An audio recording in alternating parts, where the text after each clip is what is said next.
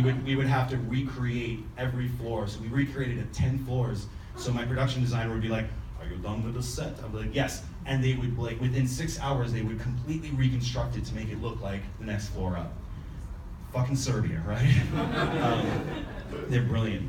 But yeah, like, so we had to move so fast, I didn't even have time to blink. So, like, this movie was made out of my pure id, I guess you can say. So it was method directing. Talk about the eyes. Oh, do I want to talk about the eyes? Okay, I'll talk about the eyes, fuck it. There are 1,000 visual effects shots in this movie. Now, if anybody who's ever made a movie before, 1,000 visual effects shot will make your balls scrunch up into your fucking anus. Like, that's Marvel movie shit. We did all the eyes in digital effects. Now, I know, like, what the fuck, Joe? Like, I thought you were a purist. There's all real blood. Well, not real blood, but there's, like, real fake blood in the movie. But there was just no way. I knew that I needed something that was like a visual signifier for the people who were infected. Otherwise, it's just a bunch of sweaty white dudes beating the shit out of each other. I could see that at work normally. I just needed something that you would immediately like, oh Jesus, Igor, you're fucked up, I gotta get out of here. I wasn't talking about the red eye. He really has, like, he's got something going on down there, it's weird. I'm on to you next, Mark. So I needed something that would at least be able to let the audience know. So originally it was, like, so stupid. Like, when we came up with the idea, I'm like, yeah, we'll make these contacts and we'll just split them up. We only need one, so we only have to buy, like, we can buy 60 pairs, we have 120 contacts, problem solved. Can't do that, that's not allowed. Also, when you're in a foreign country and you have people sticking shit in your eye, it's a little disconcerting. So quickly I realized, both based on budget and time, like, even just having to put people, like, have them all go through and have these fucking contacts. Does anyone wear contacts in here? It sucks. You know what it's like when it goes back into your eye and shit like that, and you're sitting there in the fucking mirror, you're like, oh God, like, it turns into a fucking Cronenberg movie, right? So here I was like, there's no way that I'm gonna have the time to be able to do everything that I need. So I don't know if you guys ever saw, I did a short a couple years ago called Truth in Journalism, and it was, thank you, dude. And I worked with this company called Rainfall Films. They're a visual effects company in LA. I've worked with them for years. They did this amazing stuff for me on that, and I got to show that to the producers and say, look, here's a company that's it's not ILM, it's not Digital Domain, it's not Weta, but these guys are committed. And I sent them a shot of Steven from The Walking Dead. I just sent it over to Sam Balcom, who was the producer, and said, can you help me, please? 3 hours later, he had a shot with, like, he had the shot with the red eye, and it looked pretty fucking good for 3 hours. The caveat with that, so we were done. Like, all right, we're gonna do digital, we're totally committed. The problem is that you have to, this is turning into a class, I'm so sorry, I hope you guys are taking notes.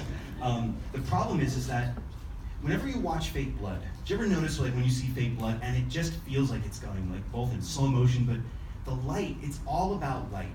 Whenever you spill blood, I know all of you have done that before, but whenever you have a liquid, it's reflecting light. So is your eyeball. Your eyeball reflects light. And it's those things that kind of make or break the illusion in a way.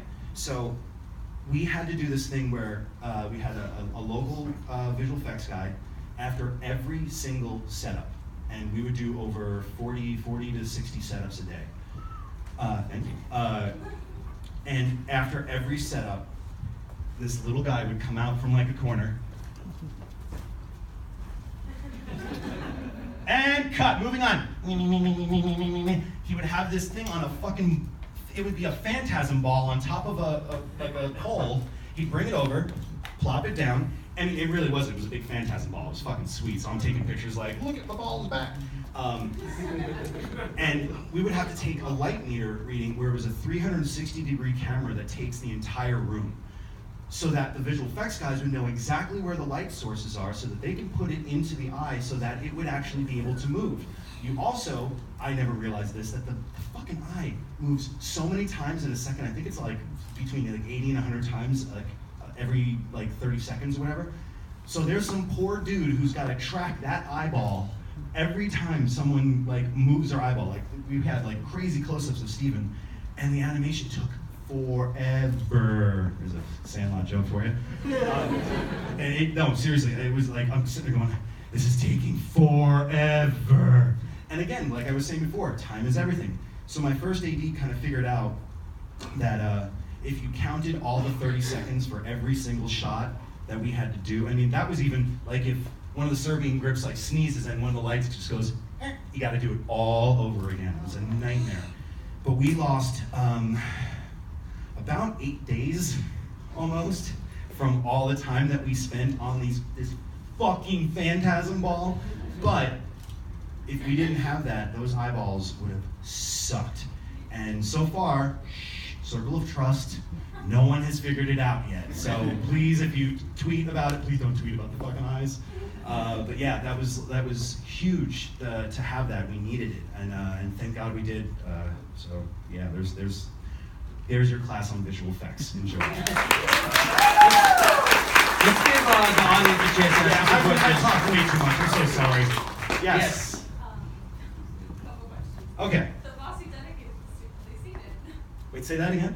The boss you dedicated this to, have they seen it? Not yet. Not yet. Actually, to be fair, my like direct supervisor was fucking awesome. Like he was really cool. It was just kind of like the general higher ups, and I worked for a big corporation, so he kind of represented the guy above the guy above the guy that you can never get to. That you would always get like only when they were gonna fire people. You would always get like a memo the next day from the guy going like, "Come on, team, let's do this. We have synergy." I'm like, fuck you. Seriously. So yeah, so they have not seen it yet, but I am gonna screen it for them because they're all like, we can't wait to see the movie. I'm like, oh shit. This is not gonna go well, but soon enough. Yes. How the hell did you get the Dave Matthews song? Oh. Funny story about that. Are you guys here for a minute? Yeah. Okay, good. All right, so the scene with, I'm sorry, am I boring you? No. So the scene where Sam and Steven are in the bathroom, in the script, it just had them saying they're waiting for the siren near the elevator. They wait. Boring. So there was a chemistry between those two that was so palpable, just between takes. They were just something about them, you can just tell, platonically, that they had so much chemistry together. They were just great. I just couldn't get enough of them. And when we were doing that scene, it literally was a race from like set to set to set, and we were like, well, we could probably save a little time in the morning if we block this scene, light it, drop cable, go home, come back, and we'll just start first thing. So thankfully, and this doesn't happen very often, the actors were like, we'll stick around, we'll stay here for lighting setups and stuff like that, because what else do we have to do? We're in fucking Serbia. So they were just hanging out, and that conversation that you hear in the movie was pretty much improv. Improv meaning like I listened to them while they were talking about like their favorite bands and shit, and then I went home and wrote that scene, came back the next day, handed them pages and said, we're doing this. And they were just like, Dave Matthews, huh? All right, let's do it. So that whole Dave Matthews Band thing was just a conversation that those two actors and myself were having, and we just thought, it's a goof.